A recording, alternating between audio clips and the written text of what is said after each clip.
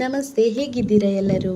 ನಾನಿವತ್ತು ನಮ್ಮ ಮುಲ್ಕಿಯ ನೈಸರ್ಗಿಕ ಸೌಂದರ್ಯಕ್ಕೆ ಹೆಸರುವಾಸಿಯಾದ ಪಡುಬೈಲಲ್ಲಿ ಇದ್ದೇನೆ. ಈ ಜಾಗ ತುಂಬ ಸ್ವಚ್ಛವಾಗಿದ್ದು ಪೇಟೆಯ ಗೌಜಿಗತ್ತಲಗಳಿಂದ ತುಂಬ ದೂರದಲ್ಲಿದೆ. ಇಲ್ಲಿ ನೋಡಿದರಲ್ಲಿ ಹಚ್ಚ ಹಸಿರು ಮತ್ತು ಪ್ರಶಾಂತವಾಗಿ ಹರಿಯುವ ನೀರಿನಿಂದ ಕೂಡಿದೆ. ನಾನಿವತ್ತು ನಿಂತಿರುವ ಜಾಗದಲ್ಲಿ ತುಂಬ ಜನ ಬಂದು ಗಾಳ ಹಾಕಿ ಮೀನು ಹಿಡಿದು ಹೋಗ್ತಿರ್ತಾರೆ. ನಿಮ್ಮನ್ನು ಇನ್ನೊಂದು ಕಡೆಗೆ ಕರ್ಕೊಂಡು ಹೋಗಬೇಕು, ಬನ್ನಿ ಹೋಗುವ. ನಾನೀಗ ಬಂದು ನಿಂತಿರುವುದು ನದಿ ಮತ್ತು ಕಡಲು ಸಂಗಮವಾಗುವ ಜಾಗದಲ್ಲಿ. ನಾನಿರುವ ಜಾಗಕ್ಕೆ ಎದುರುಗಡೆ ಕಡಲು ಮತ್ತು ಹಿಂದುಗಡೆ ನದಿ ನೀರು ಇದೆ. ನಾನು ಬಂದ ಸಮಯ ಜಪ್ಪೆಲ್ ಅಂದರೆ ನೀರು ಹಿಂದಕ್ಕೆ ಚಲಿಸೋದು. ಸ್ವಲ್ಪ ಹೊತ್ತಿನ ಬಳಿಕ ಕಡಲು ಮತ್ತು ನದಿ ಒಂದಾಗಿ ಇಲ್ಲಿ ಹೀಗೆ ನೆಲ ಇತ್ತು ಎಂಬುದೇ ಗೊತ್ತಾಗಲ್ಲ. ನಾವು ಇಲ್ಲಿಗೆ ಬಂದಾಗ ನನ್ನ ಹಸ್ಬೆಂಡ್, ಫ್ರೆಂಡ್ಸ್ ಮತ್ತು ಕಸಿನ್ಸ್ ಮೀನು ಹಿಡಿತಿದ್ರು. ಅವರಿಗೆ ನೋಡಿ ಯಾವ ಮೀನು ಸಿಕ್ಕಿದೆ ಇಲ್ಲಿ.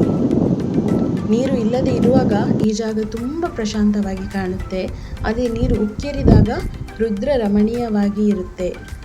ನೆಲವೇ ಇರೋದಲ್ಲ, ಹಾಗೇ ಹೋಗ್ಬೋದಂತ ಭಾವಿಸಿದರೆ ಇಲ್ಲಿ ನೋಡಿ, ಒಮ್ಮೆಗೆ ಆಳವಾದ ಜಾಗ ಸಿಗುತ್ತೆ. ನೀರು ಉಕ್ಕೇರುವ ಮೊದಲು ಇಲ್ಲಿಂದ ಹೋಗಬೇಕು.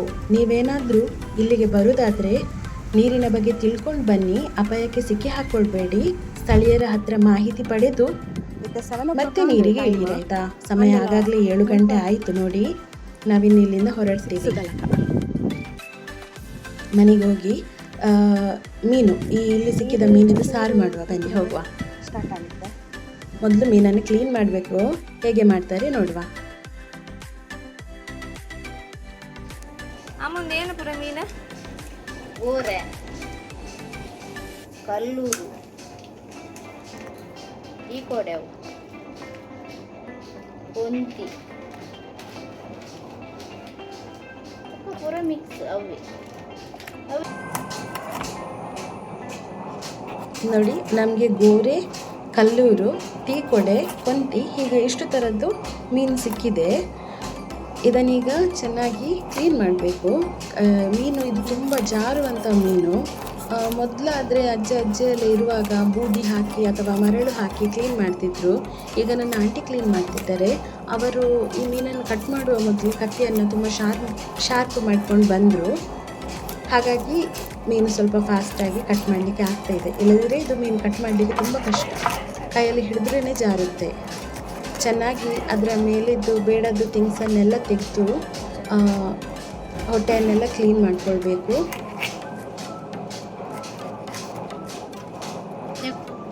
ತೊಳೆಯುವಾಗ ಕೂಡ ಅಷ್ಟೇ, ಉಪ್ಪು ಹಾಕಿ ಮಣ್ಣಿನ ಪಾತ್ರೆಯಲ್ಲಿ ತೊಳಿಬೇಕು. ಉಪ್ಪುಡೆ ತೆಕ್ಕುನೆ ಉಪ್ಪುಡೆ ತೆಕ್ಕುಡು ಉಪ್ಪುಡೆಗೆ ತೆಕ್ಕೊಂಡು ದಯಗೋ ನೀನು ಪೊರಲ್ ಮತ್ತೆ ಹೋಗ್ತೀನಿ.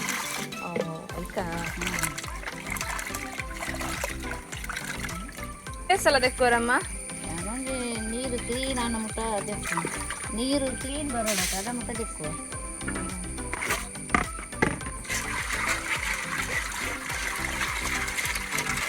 ಮಣ್ಣದ ಬಿಸಲಡೆ ಲುಂಬುಡು ಮೀನು ವ್ಯಾಪಾರ ದಯ ಮಣ್ಣದ ಬಿಸಲಡೆ ಲುಂಬುಂಡ ಮೀನು ಕ್ಲೀನ್ ಹಾಕ್ನು. ಸ್ಟೀಲ್ ಡಬ್ಬಾಜಿನ ಲುಂಬುಂಡ ಪೊರಲ್ ಕೊಡ್ತೀನಿ.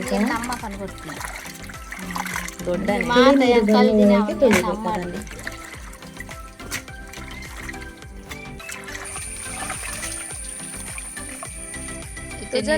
ನೀರು ತುಳು ಎತ್ತು ಕ್ಲೀನ್ ಬರ್ತದೆ. ಲಂಚನ ಉಪ್ಪುಂಡೆ ಉಪ್ಪು ಪಾರ್ದು ತೆಕ್ಕಂಡ ಮೀನು ಏಪಲ ಕ್ಲೀನ್ ಉಪ್ಪುಂಡು. ಅವಳ ಮಣ್ಣದ ಬಿಸಲಡಿ ನಮ್ಮ ಏಪಲ ಮಣ್ಣದ ಬಿಸಲಡಿ ಮೀನು ಲುಂಬುನು ಮೀನು ಸಾಂಬಾರು ಮಾಡ್ಕೊಂಡ ಮಣ್ಣದ ಬಿಸಲಡಿ. ಅಕ್ಕ ಅರೆಪ್ಪುಗು ಅವರೆಪ್ಪುಗು ಮಸಾಲೆ ಒಂದು ಅಂಜುಪ್ಪುಗೆ ಏನು ಮತ್ತೆ ಸಾಮಾನು ಪಡುವರಕ್ಕ? ಮಸಾಲೆ ರೆಡಿ ಮಾಡ್ಕೊಂಡು ಬರುವ ಬನ್ನಿ. ಈತ್ ಮುಂಚೆಯೇ ನಮಗೆ ಖಾರ ಕಮ್ಮಿ ಅದಕ್ಕೋಸ್ಕರ 15 ಹಿಡಿದು 18 ದಾತು ಮುಂಚೆ ಬಕ್ಕ ಮೀನುಲ ಚೂರು ಇಪ್ಪನು. ಖಾರ ಜಾಸ್ತಿ ಪೊಡಿ ತಿನ್ನಕಲು 22 ಅಂಚ ಪಾಡಲಿ. ಕೊತ್ತಂಬರಿ 2 ಸ್ಪೂನ್ ದಾತು,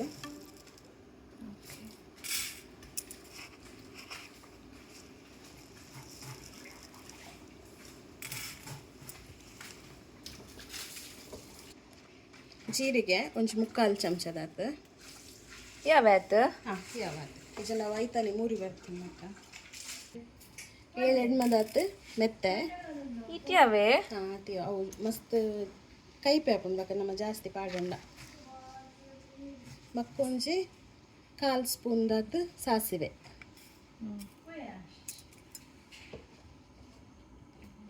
ಟಿಕೆ ಓಂ ಕಾಳು ಚೂರೇನಾತು ಚೂರೆ ಅವು ಅರೋಮಗ್ ತಕ್ಕ ಜಾಸ್ತಿ ಪಾಡಿಂಡ ಕೈಪೆ ಹಾಪುಂಡು ಅದಕ್ಕೋಸ್ಕರ ಈತೇನೆ ಆತೆ ನೆಕ್ ಬೇತದಲ್ಲ ಪಾಡ್ರಿಜ್ಜೆ ಬೇತೆ ಒಂಜಿ ಅರ್ಧ ಗಡಿ ತಾತು ತಾರಾಯಿ ಬಕ್ಕ ಒಂಜಿ ನೀರುಳ್ಳಿ 7 ಎಲ್ಮೆಸಲ್ದಾತು ಬೆಳ್ಳುಳ್ಳಿ ಅಲ್ತ ಬಕ್ಕ ಪುಳಿ ಒಂಜಿ ಲಿಂಬೆ ಗಾತ್ರದಾತು ಪುಳಿ ಎಂಕು ಕೆಲವೇರೊಂದೇನು ಕಡೆನಾಗ ಪಾಡುವೆರು ಎಂಕುಲೊಂದೇನು ನೀರುಡು ಮಿಕ್ಸ್ ಮಲ್ತದು ಅವೆತ್ತ ಬೀಜ ನಾರು ಪೂರ ದಿತ್ತದು ಪಕ್ಕ ಪಾಡೋಣ ಉಂದಿತೆ ನಮ್ಮ ಪೂರ ಪಜ್ಜೆ ಪಾಡೋಡೆ ಪಜ್ಜಿ ಇಷ್ಟ ಇತ್ತಿನಕುಲು ಪಜ್ಜಿ ಪಾಡೋಲಿ ಪಂಡ ನ್ಯಾಚುರಲ್ ಆದ ಬೋರ್ಡ್ ಪನ್ಪೆನಕುಲು ಎಂಕುಲೊಂದೇನು ಪೂರ ಫ್ರೈ ಮಲ್ತದು ದೀತ ಪೂರ ಮಸಾಲೆ ಎಲ್ಲ ಎಂಕುಲು ಪೂರ ಕಜ್ಜಿಪುಗ್ಲ ಫ್ರೈ ಮಲ್ತದೆ ಪಾಡ್ನ ಒಂಚೂರು ಪರಿಮಳ ಜಾಸ್ತಿ ಕೊರ್ಪುಣು ಅವಕ್ಕೋಸ್ಕರ ಸರಿ ಖಾಲಿ ಪರಿಮಳ ಪಾಡ್ನೆ ಪರಿಮಳದಿಂದತ್ತು ಕಜ್ಜಿಪು ನಮಕ್ ಹಾಳಾಪುಜಿ ಬೇಗ ಅವಕ್ಕೋಸ್ಕರ ಒಂದಿತೆ ಡೈರೆಕ್ಟ್ ಕಡೆರ ಪಾಡ್ನೆ ಅಂದು ನನ್ನ ಕಡೆ ಕಲ್ಲಡ ಕಡೆಯಿಂದ ಎಡ್ಡೆ ಮಿಕ್ಸಿಡ್ ಇದನ್ನ ಗ್ರೈಂಡರ್ ಇಟ್ಲ ಪಾಡೋದು ಸರಿ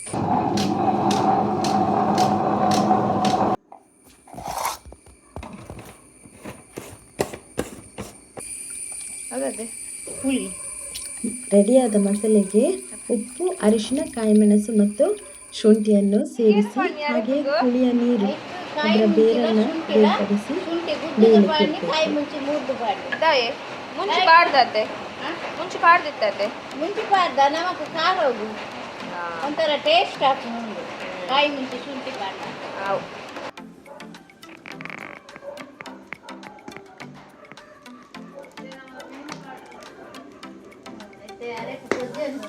ಇದು ತುಂಬ ಕುದಿಬೇಕಾಯ್ತಾ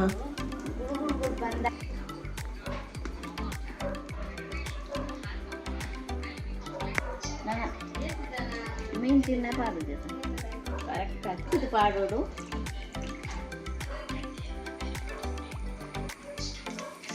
ಕುದ್ದ ಮೇಲೆ ಮೀನನ್ನು ಹಾಕಬೇಕು. ಆದರೆ ಮೀನು ಹಾಕಿದ ಬಳಿಕ ಮಾತ್ರ ನಾವು ಸೌಟು ಹಾಕುವ ಹಾಗೆ ಇಲ್ಲ. ಅದರ ಮೀನು ಹಾಕುವ ಮೊದಲೇ ಸೌಟು ಹಾಕಿ ಮಸಾಲೆಯನ್ನೆಲ್ಲ ಸರಿ ಸೆಟ್ ಮಾಡ್ಕೊಳ್ಬೇಕು. ಮೀನು ಹಾಕಿದ ನಂತರ ಸೌಟು ಹಾಕಿದರೆ ಮೀನು ಮುಳ್ಳು ಬಿಟ್ಟು ಬೇರೆ ಬೇರೆ ಆಗುತ್ತೆ. ಅದು ತಿನ್ನಲಿಕ್ಕೆ ಅಷ್ಟು ರುಚಿಯಾಗಿ ಇರುವುದಿಲ್ಲ.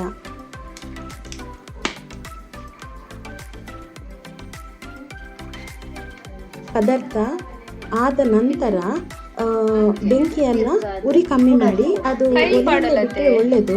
ಅರ್ಧ ಮುಚ್ಚಳ ಇಡಬೇಕು. ಫುಲ್ ಮುಚ್ಚಳ ಇಟ್ಟರೆ ನೀರು ಅದರೊಳಗೆ ಬೀಳುತ್ತಲ್ವ, ಅದಕ್ಕೋಸ್ಕರ.